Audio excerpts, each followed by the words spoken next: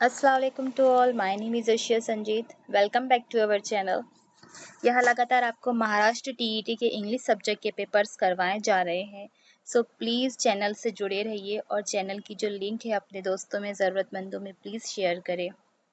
तो चलिए आगे बढ़ते हैं। कल हमने 19 क्वेश्चन ऑलमोस्ट सॉल्व कर लिए थे। नेक्स्ट क्वेश्चन पे चलते हैं, हमारा रिमेनिंग पार्ट क्वेश्चन नंबर 20 चलेंगे आज। देखिए,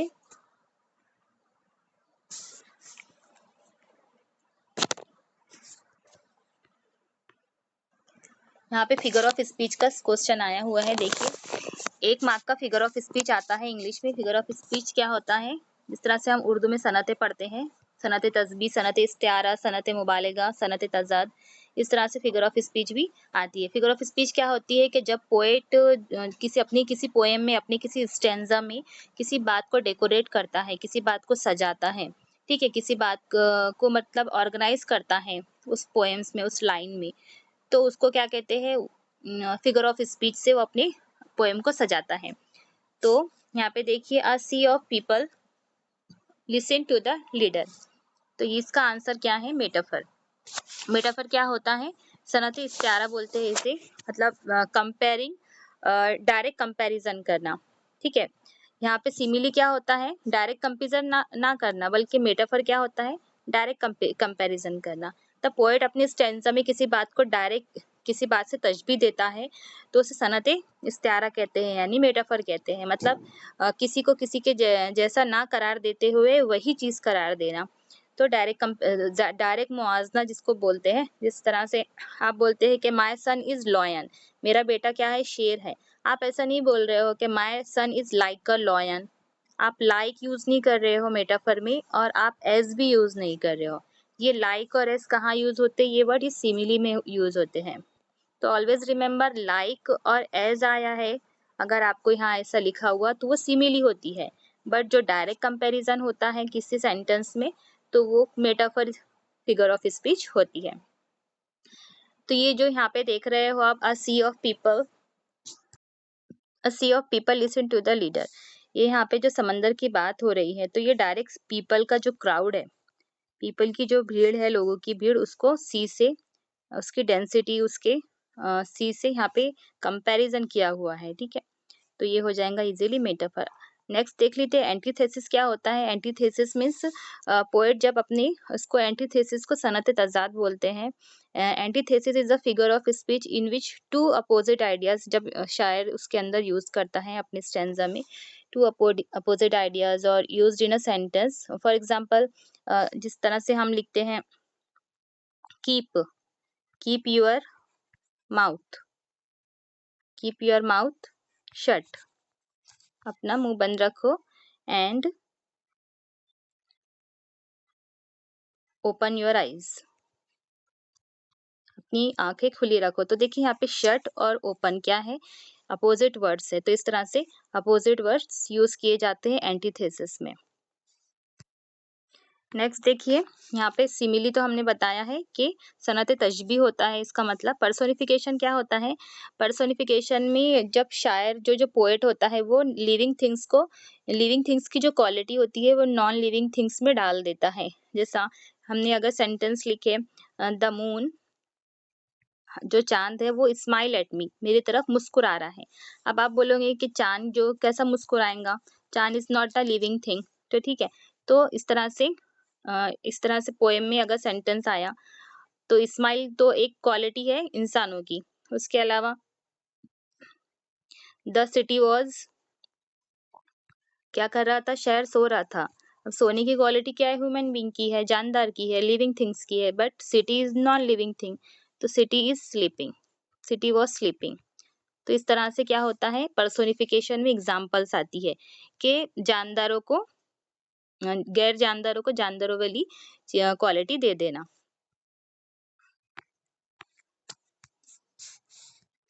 इस तरह भी बोल सकते हैं हम कि the star are dancing in the sky. इस तरह की भी एक एग्जाम्पल किसकी बनती है? पर्सोनिफिकेशन की, कि star are dancing in the, क्या तारे क्या डांस कर रहे थे। नेक्स्ट देखिए, सिलेक्ट द 21 नंबर का question. Select the correct active voice sentence of the given sentence. आपको यहाँ पे एक्टिव वॉइस सेंटेंस चूज करना है। यहाँ देखिए पैसिव वॉइस बना हुआ है, ये लेट दिख रहा है आपको, ये लेट का जो सेंटेंस है ये वर्ब का सेंटेंस है, मतलब कोई तो भी सेंटेंस है नीचे जो वर्ब से शुरू हुआ है, इसलिए यहाँ पे लेट लगा है और सेंटेंस में बी लगा है। लेट बी, लेट बी कब लगता है? जब इम्पेरेटिव सेंटेंस होता है, नीचे का कोई वर्ब से शुरू होने वाला सेंटेंस इम्पेरेटिव सेंटेंस होता है। तो देखिए यहाँ पे open the door, let the door B opened, यहाँ पे सेकंड वाला ऑप्शन राइट हो जाएगा। ओपन का ओपन क्यों होता? वी थर्ड आता है एक्टिव वॉइस, पैसिव वॉइस बनाते वक्त वर्ब का थर्ड फॉर्म आता है। चेंज द वॉइस में पैसिव वॉइस बनाते वक्त वर्ब का कौन सा फॉर्म आता है? पैसिव वॉइस बनाते वक्त वर्ब का थर्ड फॉर्म आता है। तो यहाँ पे let the door be open, ये किसका आंसर है? Open the door. तो ओपन द डोर का चेंज द वॉइस किस तरह से बनेगा? ओपन द डोर क्या लगेगा? Let the door, let the door, let plus object, उसके पास में plus be, be open, open का third form, let the door be open.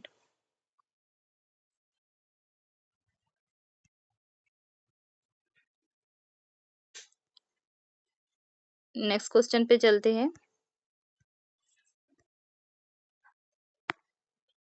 22, यहाँ पे क्या देखना है आपको? कंपैरेटिव डिग्री आपको चूज करनी है, करेक्ट वाली कंपैरेटिव, ठीक है। वो पॉजिटिव हो नहीं होनी चाहिए और वो सुपरलेटिव भी नहीं होनी चाहिए, कंपैरेटिव डिग्री होनी चाहिए। तो देखिए फर्स्ट वाला, वेरी, यहाँ पे क्वेश्चन देखते हैं पहले। Very few judicial system in the world are as good as Indian judicial system. तो Indian judicial system are better than, देखिए यहाँ पे बेटर देन आया है, कंपैरेटिव डिग्री का वर्ड है गुड। गुड्स का क्या है? पॉजिटिव डिग्री गुड वर्ड है, उसके बाद में गुड का बेटर होता है, कंपैरेटिव डिग्री वर्ड बेटर होता है और सुपरलेटिव डिग्री होता है बेस्ट। गुड, बेटर, बेस्ट, इस तरह से ये डिग्री वर्ड्स होते हैं। 3 डिग्रियां होती है इंग्लिश में, पॉजिटिव, कंपैरेटिव और सुपरलेटिव। तो आपको कंपैरेटिव बनानी है, तो मतलब बेटर आएगा, ठीक है। तो यहाँ पे देखिए फर्स्ट वाला ऑप्शन, इसमें मोस्ट आ गया है, ये जो मोस्ट है ये सुपरलेटिव डिग्री का वर्ड है, इस वजह से ये ऑप्शन हमारा डिलीट हो जाएगा। सेकंड देखिए, Indian judicial system is better than any other judicial system in the world. तो ये सेकंड वाला ऑप्शन हमारा सही है, क्यों? क्योंकि यहाँ पे बेटर देन भी है और एनी अदर भी लगा हुआ है। जब भी ऑप्शन अगर वेरी फ्यू से शुरू होता है तो कंपैरेटिव डिग्री में एनी अदर लगता है। कौन सा वर्ड लगता है? Any other. वेरी फ्यू कहाँ लगता है? पॉजिटिव डिग्री में, और एनी अदर लगता है कंपैरेटिव डिग्री में। थर्ड ऑप्शन क्यों राइट नहीं है? फर्स्ट ऑप्शन डिलीट हो गया, सेकंड आंसर है इसका। थर्ड ऑप्शन देखिए, यहाँ पे मोर भी है और बेटर भी है, यहाँ पे दो दो वर्ड दिए हुए हैं। मोर, बेटर, कभी दो कंपैरेटिव वर्ड साथ में नहीं आते, या तो वहाँ पे मच बेटर होना था या फिर ओनली बेटर होना था, तो इसलिए यहाँ पे ये आंसर रॉन्ग हो गया। ऑप्शन 4 देखिए, ये क्यों रॉन्ग है? यहाँ पे भी देखिए मोस्ट वर्ड लगा हुआ है सुपरलेटिव डिग्री का, तो ये ऑप्शन भी गलत हो गया, सेकंड ऑप्शन हमारा राइट हो जाएगा। Choose the correct model auxiliary showing strong obligation. ऐसा कौन सा मॉडल ऑक्सिलरी वर्ब है, मतलब हेल्पिंग वर्ब है, जो हमको स्ट्रॉन्ग ऑब्लिगेशन बताता है। स्ट्रॉन्ग ऑब्लिगेशन क्या होता है? मेहरबानी, एहसान। ऑब्लिगेशन मीन्स फर्ज, ड्यूटी, जिम्मेदारी, ठीक है। फर्ज, ड्यूटी, जिम्मेदारी, रिस्पॉन्सिबिलिटी, ठीक है। तो यहाँ पे क्या हो जाएगा इसका आंसर? ये जो मस्ट है, ये मस्ट जो मॉडल ऑक्सिलरी है, ये हमको स्ट्रॉन्ग ऑब्लिगेशन बताता है। मस्ट हमको क्या बताता है? ये model auxiliary verb strong obligation में, जो मे है, हमने लास्ट टाइम लेक्चर में भी देखा था कि मे जो है वो सीकिंग परमिशन, परमिशन बताता है। मे आई कम इन, मे आई गो, इस तरह से सीकिंग परमिशन के लिए यूज होता है। कैन हमको एबिलिटी बताता है, I can swing, I can fly, birds can fly, ये हमको एबिलिटी बताता है। विल क्या बताता है? Will is also a model auxiliary verb, जो फ्यूचर एक्शन बताता है, जो नेसेसिटी बताता है। विल हमको नेसेसिटी बताता है, ये भी मॉडल ऑक्सिलरी वर्ब है और फ्यूचर एक्शन बताता है। नेक्स्ट क्वेश्चन पे चलते हैं। इसका आंसर क्या हो जाएगा? Second option must. Choose the correct use of enough in the following sentence. यहाँ पे आपको यूज इनफ, इनफ के मीनिंग क्या होते हैं? इनफ यानी काफी, ठीक है, पॉजिटिव वर्ड है ये इनफ, काफी। देखिए यहाँ पे she is very strong, she can walk 5 miles every day. वो इतनी मजबूत है और वो चल सकती है हर रोज डेली 5 मील्स, ठीक है। तो यहाँ पे इसका आंसर क्या हो जाएगा? She is strong enough to walk 5 miles every day. She is strong enough to walk 5 miles every. Third option is right हो जाएगा। फर्स्ट ऑप्शन देखिए, शी इज वेरी स्ट्रांग। देखो यहाँ पे वेरी जो वर्ड है, अगर वेरी रहा तो इनफ नहीं आएगा, ठीक है। वेरी रहा तो इनफ नहीं आता, वेरी रिमूव हो जाता है, या तो इनफ या तो वेरी, ठीक है।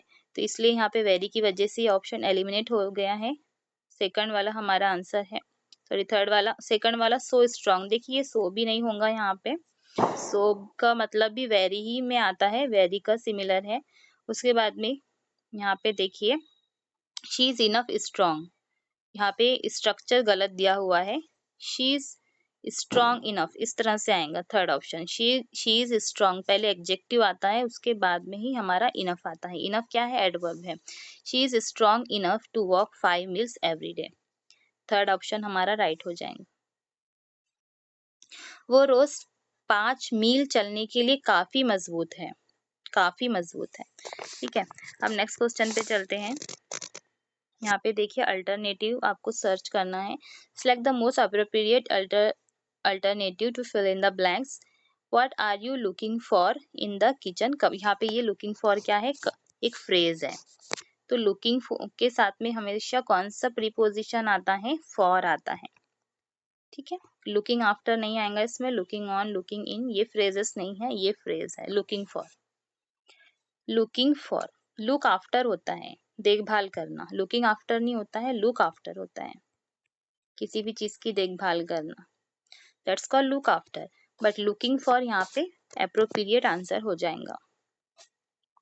अब नीचे के जो क्वेश्चन है वो पैसेज पर है, 26, 7, 8, 9 एंड 30 क्वेश्चन।